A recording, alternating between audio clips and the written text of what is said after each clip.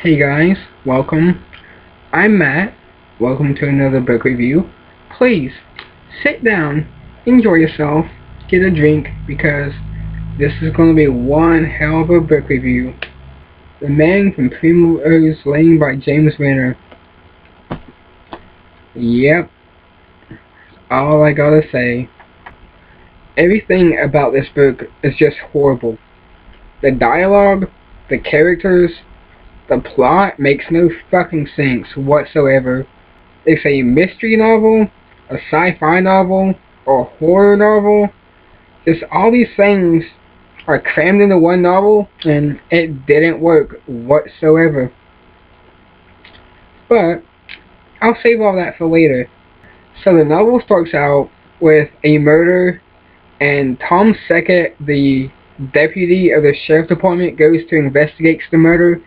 And he finds a guy laying on the floor with a bullet wound and his fingers cut off. Fast forward 4 years later, we're introduced to the main character, David Neff, who has a son. We find out his wife committed suicide by driving into a Dollar General. He's a non-fiction writer. So David's publisher comes and visits him and tells him that he needs to investigate the Man from Primrose Lane murder because it hasn't been solved. The publisher believes that since David had something to do with a previous murder that went unsolved for years, he might be able to figure out this one and help the cops with it and find out who killed the Man from Primrose Lane. And that's what the book is about. Now that I have that out of the way, I can really discuss this book and everything I found wrong with it. Now, this is probably going to be more of a rant than a book review. I'm just letting you know right now. I am a writer myself, and I respect what authors do. I respect that they put themselves out there for the whole world to see and read their materials. I respect that. But I don't see how this book was published. It's horrible.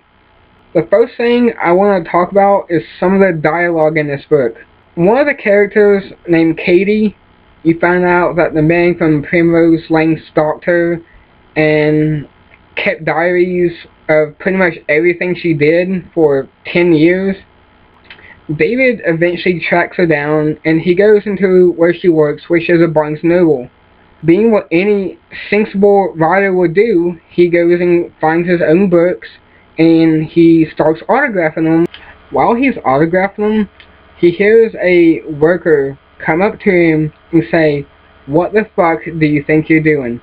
I've worked in a place where people come in and out of all day. You have to interact with people. And even if I knew them, if I would have went up and said, hey, what the fuck do you think you're doing? I would have been fired on the spot without question." This dialogue is not believable in this book.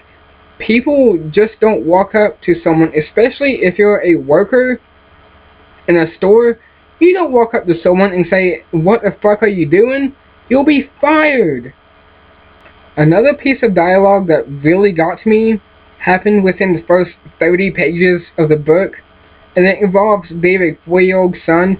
He walks up to David and asks for a Fanta. Of all drinks, a Fanta. Most children, being 4 years old, will ask for a drink or a soda. They won't fucking ask for a proper named drink. And if they do, it's going to be one of the popular brands like Pepsi or Coke. They're not going to fucking ask for a Fanta. There's just one scene in the book where after David meets Katie at Barnes Noble, she tells him not to go home and jerk off to her Facebook pictures. Not joking, that's what the dialogue says. And what does David do? He goes home and jerks off to her Facebook pictures. That's creepy. And that's not the only scene that we get with someone jerking off. I'm not going into the other scene because talking about that one is bad enough. But the other scene is just like a what the fuck am I reading moment. Your mind can't comprehend what the fuck you're reading because it's so stupid. It shouldn't have been in the book. That's another subject I want to get into. Things that shouldn't be in the book. There is an assload of them. There's something dealing with a robot. It only shows up one time and there's never a reference. Nothing again about it. It's just there, I believe, for dialogue. And then there's David's random thoughts about Katie. This pissed me off probably more than anything else in the book.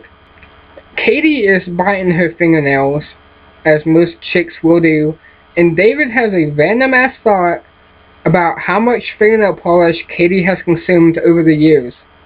Why? Why do we care? Why does David care? Why is that in the book at all? It doesn't make sense. There's no other reason for it to be in the book other than to just take up space and dialogue. The last thing I want to talk about is something that I've never done before. I've never laughed so hard that I've had to put down a book. Never. There's one scene when David is wrestling with someone, and of all things, what does David do? He twists the guy's nipples. Just twists the nipples, and the guy gets off of him. Once again, it's just one of them stupid random things that shouldn't be in the book at all. But it made me laugh, so I do give it that. The only thing I will give to this book is it referenced Ray Bradbury. That is the only good thing I will say about this book. Other than that, I didn't like it. Not one bit. Everything was just boring. The ending was given away pretty much in the middle. The characters were flat. I didn't give a shit about what happened to them because there was no death in them. It tried to be so many different genres of books, and it just didn't work. I've read some really good crossbreeds between sci-fi and horror and mystery and sci-fi and stuff, but there's just so much going on in this book, and the way it was written, it was horrible. I don't want to be mean, but I would not recommend this book for anyone. And as I said before, I don't know how in the hell it got published. I really don't. Well guys, those were my thoughts on Man From Primrose Lane by James Renner. If you read the book, leave a comment below and let me know what you thought about it. Did you hate it like I did? Did you like it? Did you find anything that I missed and would like to discuss?